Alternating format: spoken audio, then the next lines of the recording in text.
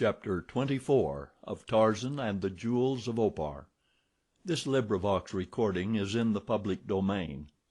Tarzan and the Jewels of Opar by Edgar Rice Burroughs. Chapter 24 Home.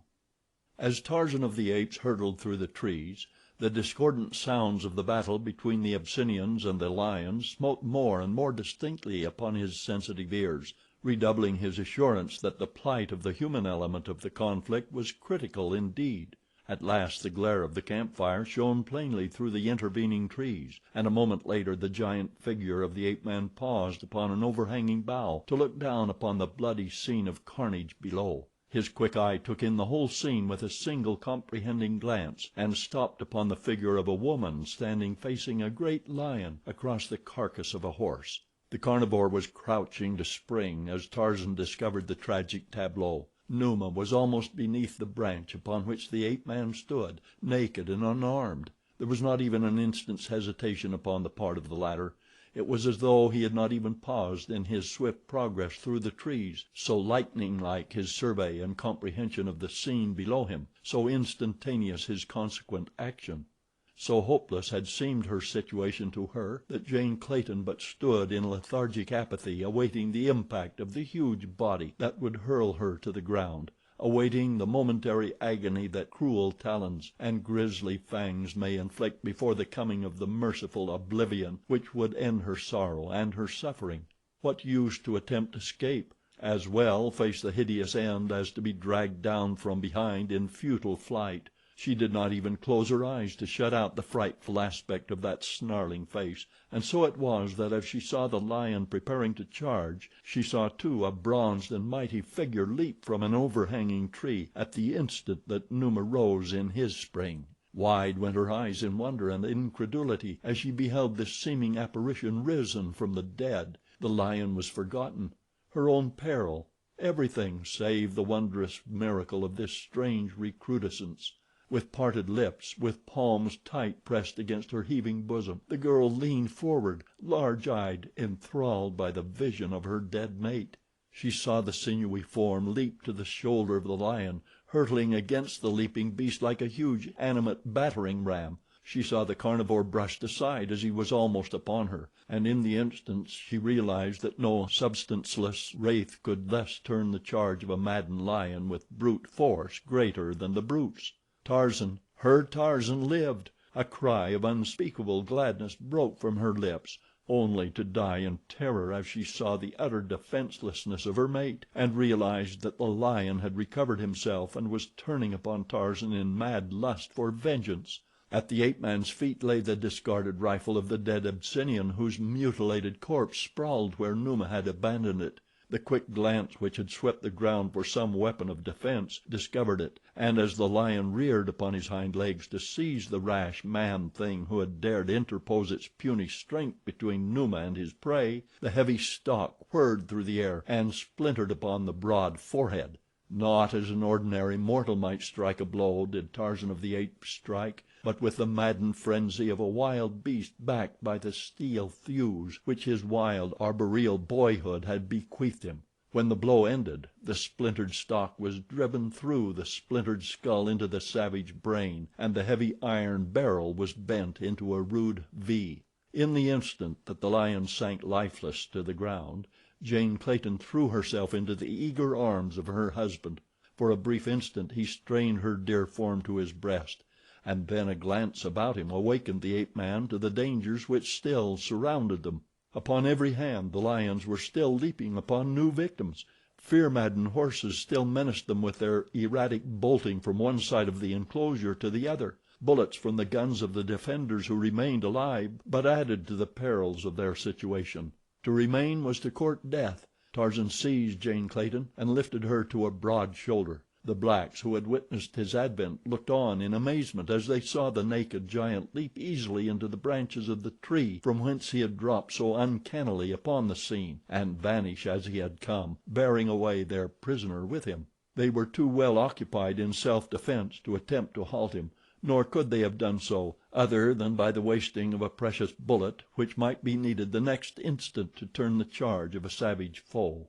And so, unmolested, Tarzan passed from the camp of the Abyssinians, from which the din of conflict followed him deep into the jungle, until distance gradually obliterated it entirely. Back to the spot where he had left Werper went the ape man, joy in his heart now, where fear and sorrow had so recently reigned, and in his mind a determination to forgive the Belgian and aid him in making good his escape. But when he came to the place, Werper was gone, and though Tarzan called aloud many times, he received no reply. Convinced that the man had purposely eluded him for reasons of his own, John Clayton felt that he was under no obligations to expose his wife to further danger and discomfort in the prosecution of a more thorough search for the missing Belgian. "He has acknowledged his guilt by his flight, Jane," he said. "We will let him go to lie in the bed that he has made for himself."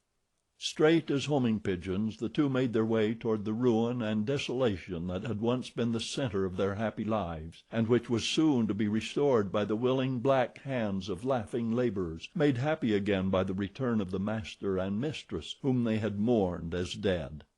Past the village of Achmet Zek their way led them, and there they found but the charred remains of the palisade and the native huts still smoking, as mute evidence of the wrath and vengeance of a powerful enemy. "The Waziri," commented Tarzan with a grim smile.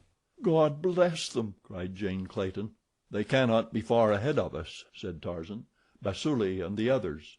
"The gold is gone and the jewels of Opar, Jane; but we have each other and the Waziri. And we have love and loyalty and friendship, and what are gold and jewels to these?" "If only poor Mugambi lived," she replied, "and those other brave fellows who sacrificed their lives in vain endeavor to protect me." In the silence of mingled joy and sorrow they passed along through the familiar jungle, and as the afternoon was waning there came faintly to the ears of the ape man the murmuring cadence of distant voices. "We are nearing the Waziri, Jane," he said. "I can hear them ahead of us. They are going into camp for the night, I imagine." A half hour later the two came upon a horde of ebon warriors which Basuli had collected for his war of vengeance upon the raiders. With them were the captured women of the tribe whom they had found in the village of Achmet Zek, and tall even among the giant Waziri loomed a familiar black form at the side of Basuli. It was Mugambi, whom Jane had thought dead amidst the charred ruins of the bungalow. Ah, such a reunion! Long into the night the dancing and the singing and the laughter awoke the echoes of the somber wood. Again and again were the stories of their various adventures retold. Again and once again they fought their battles with savage beast and savage man, and dawn was already breaking when Basuli, for the 40th time, narrated how he and a handful of his warriors had watched the battle for the golden ingots which the Abyssinians of Abdul Mourak had waged against the Arab raiders of Achmet Zek, and how, when the victors had ridden away, they had sneaked out of the river reeds and stolen away with the precious ingots to hide them where no robber eye ever could discover them. Pieced out from the fragments of their various experiences with the Belgian, the truth concerning the malign activities of Albert Werper became apparent. Only Lady Greystoke found aught to praise in the conduct of the man, and it was difficult even for her to reconcile his many heinous acts with this one evidence of chivalry and honor. "Deep in the soul of every man," said Tarzan, "must lurk the germ of righteousness. It was your own virtue, Jane, rather even than your helplessness, which awakened for an instant the latent decency of this degraded man. In that one act he retrieved himself, and when he is called to face his Maker, may it outweigh in the balance all the sins he has committed." And Jane Clayton breathed a fervent "Amen." Months had passed. The labor of the Waziri and the gold of Opar had rebuilt and refurnished the wasted homestead of the Greystokes. Once more the simple life of the great African farm went on as it had before the coming of the Belgian and the Arab. Forgotten were the sorrows and dangers of yesterday. For the first time in months Lord Greystoke felt that he might indulge in a holiday, and so a great hunt was organized, that the faithful laborers might feast in celebration of the completion of their work.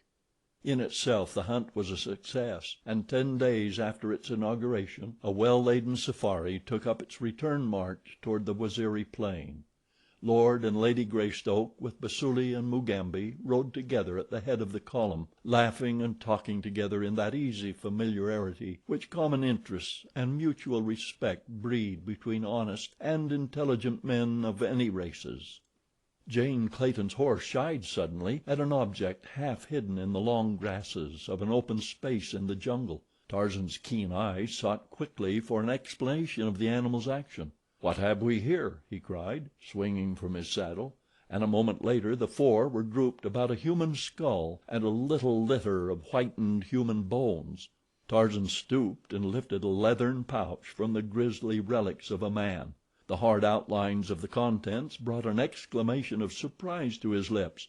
"The jewels of Opar!" he cried, holding the pouch aloft, "and," pointing to the bones at his feet, "all that remains of Werper, the Belgian." Mugambi laughed.